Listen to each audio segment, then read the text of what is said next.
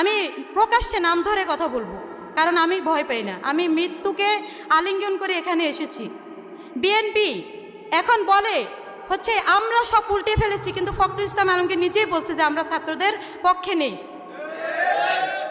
কত বড় মিথ্যাবাদী হলে একজন নেতা এরকম কথা বলতে পারে?